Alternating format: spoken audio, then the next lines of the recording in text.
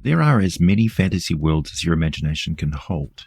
While huge numbers of them have your usual mix of humans, elves, dwarves, hobbits, and gnomes, goblins, orcs, trolls, and giants, not all of them follow the same lore as the most popular tabletop role-playing game settings or the most famous fantasy novels.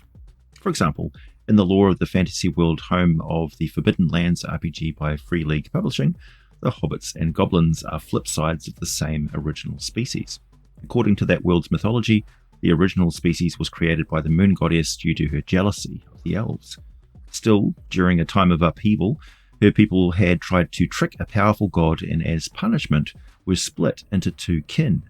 The halflings are ashamed of what happened and desperately try to seem good-natured to conceal their legacy of deceit. And the moon goddess Eeyore has become the goddess of lies, deception, and hidden meanings, averting her face in shame every month. The goblins, on the other hand, are satisfied with their fate. They still worship the moon goddess with nightly rituals and sacrifices, as do the halflings, although secretly. To this day, goblins will only rarely kill a halfling, as they believe their souls are connected, each goblin to each halfling. Somewhere there is their soul twin. Anyone who is a fan of the movie The Dark Crystal should instantly love world-building fantasy themes where that sort of thing is real, although in that movie the original species were called the Ursex, and they were split into the Uru, otherwise known as the Mystics, and the evil Skeksis, thanks to the reckless experiment involving a hugely powerful magical world crystal on the planet Thra. In their case, killing one soul twin resulted in the instant death of the other. Even suffering a minor injury would result in the same injury appearing on the body of their other self. They really were like one being located and operating in two different places. You could imagine that if this were the case in the Forbidden Lands, in truth, no halfling would kill a goblin, as they would also be killing another halfling. The name of the race sure would make a hell of a lot more sense though, wouldn't it? I could imagine there would be a secret magic of the goblins and halflings, dark rituals that allowed further strengthening of this bond, so one could see through the eyes of the other, perhaps even swap bodies. Now, as I ponder this theme, it makes me consider the Lord of the Rings, where we have the mythology found in the pages of the Silmarillion.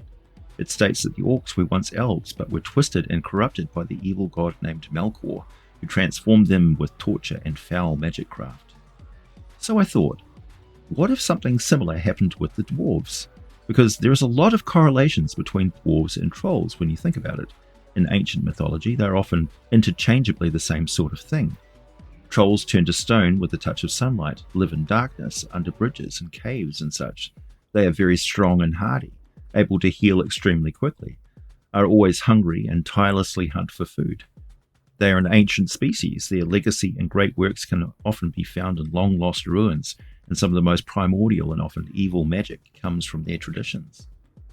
Dwarves live and work tirelessly under the ground, tunneling through rock to find the world's greatest minerals and metals.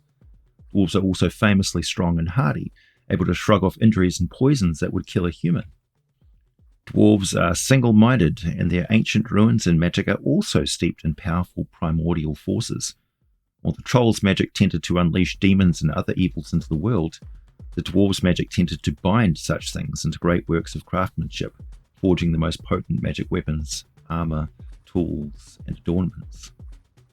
But were the dwarves cursed by the gods long ago to become two different kin, or did this happen gradually over an incredibly long span of years? Who knows?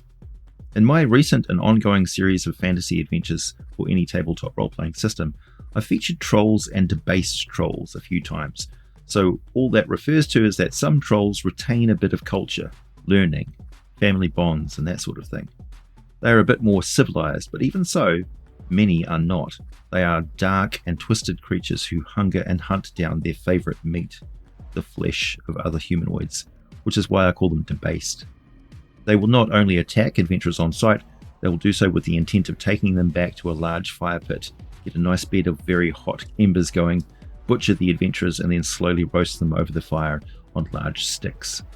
Unlike animal predators, they don't just hunt humanoids out of an instinct to do so.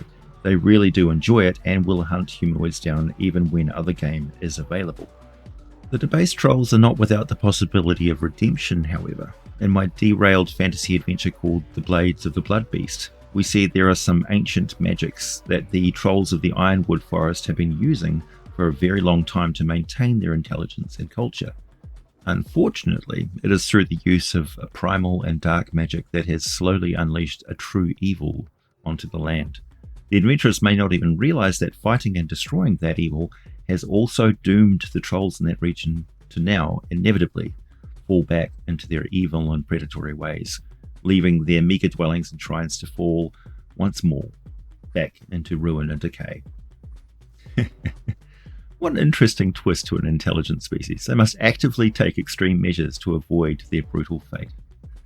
We are sure to see a lot more of the goodly and also the debased trolls in my adventures. In the meantime, my name is AJ Pickett. Thanks for listening, and as always, I will be back with more for you very soon.